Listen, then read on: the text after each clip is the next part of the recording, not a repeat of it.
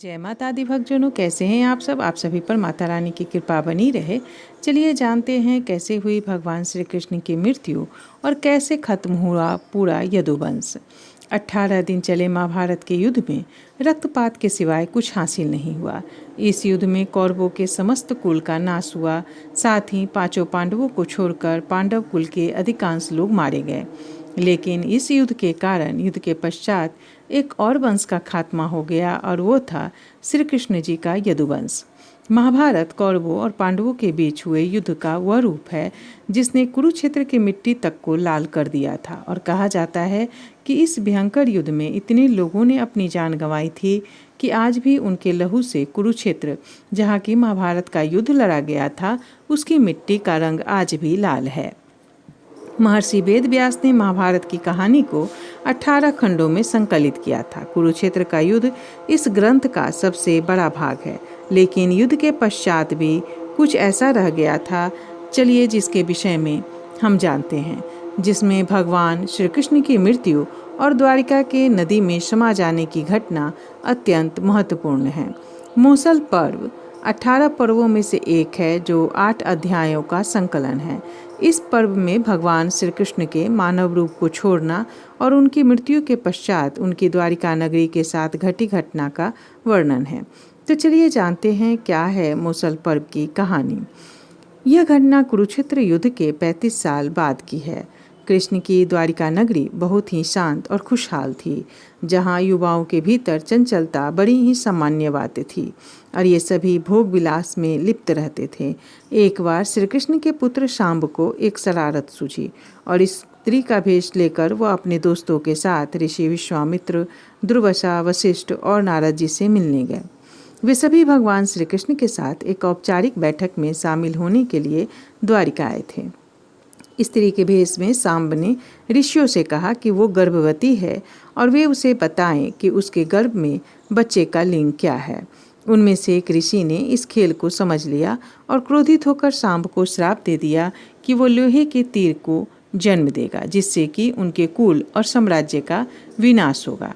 सांब ने ये सारी घटना उग्रसेन को बताई। उग्रसेन ने सांब से कहा कि वे तांबे के तीर का चूर्ण बनाकर प्रभास नदी में प्रवाहित कर दे और इस तरह उन्हें इस श्राप से छुटकारा मिल जाएगा। सांब ने सब कुछ उग्रसेन के कहे अनुसार ही किया। साथ ही उग्रसेन ने यह भी आदेश दिया कि यादव राज्य में किसी भी प्रकार की नशीली सामग्रियों का न तो उत्पादन किया जाएगा और न ही वितरण। इस घटना के बाद द्वारिका में लोगों ने विभिन्न अशुभ संकेतों का अनुभव किया। सुदर्शन चक्र, श्री कृष्ण के शंख, उनके रथ और बलराम जी का हल, ये सभी अदृश्य हो गए। अपराधों और पापों में बढ़ोतरी होने लगी। लाज शर्म जैसी चीज़ों का समापन होने लगा। चारों ओर अपराध, अमानवीयता और पाप का साया था। बुजुर्गों और गुरुओं का असम्मान, निंदा, द्वेष जैसी भावनाओं में उल्लेखनीय बढ़त आदि सब द्वारिका के लोगों का जीवन बन गया था।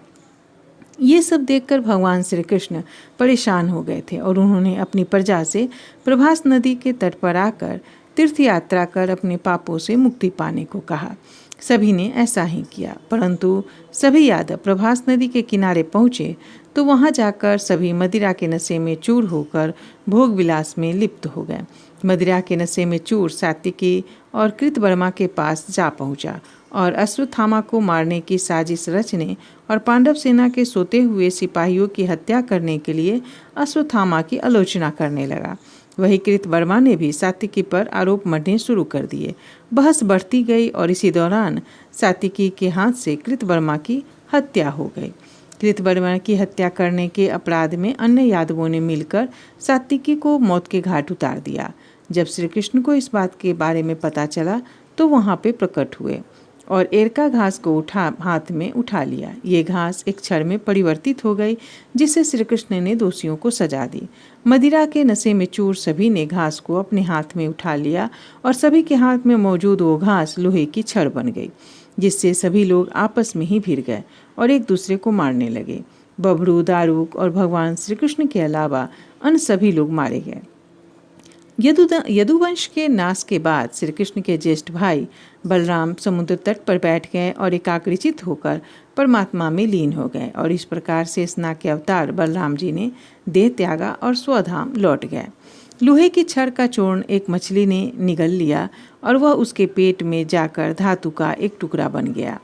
जरा नामक शिकारी ने उस मछली को पकड़ा और उसके शरीर से निकले धातु के टुकड़े को नुकीला तीर का निर्माण किया। कृष्ण वन में बैठे ध्यान में लीन थे। जरा को लगा कि वह कोई हिरन है और उसने तीर कृष्ण जी पर चला दिया, जिससे श्री कृष्ण की मृत्यु हुई। कुछ समय बाद अर्जुन मदद लेकर द्वारिका पहुँचे और श्री कृष्ण की मृत्यु का खबर पाकर अत्यंत दुखी हो गए। श्री कृष्ण के जाने के बाद द्वारिका में उनकी 16,000 रानियाँ, कुछ महिलाएं, वृद्ध और बालक ही शेष रह गए। वे सभी इंद्रप्रस्थ के लिए रवाना होने लगे।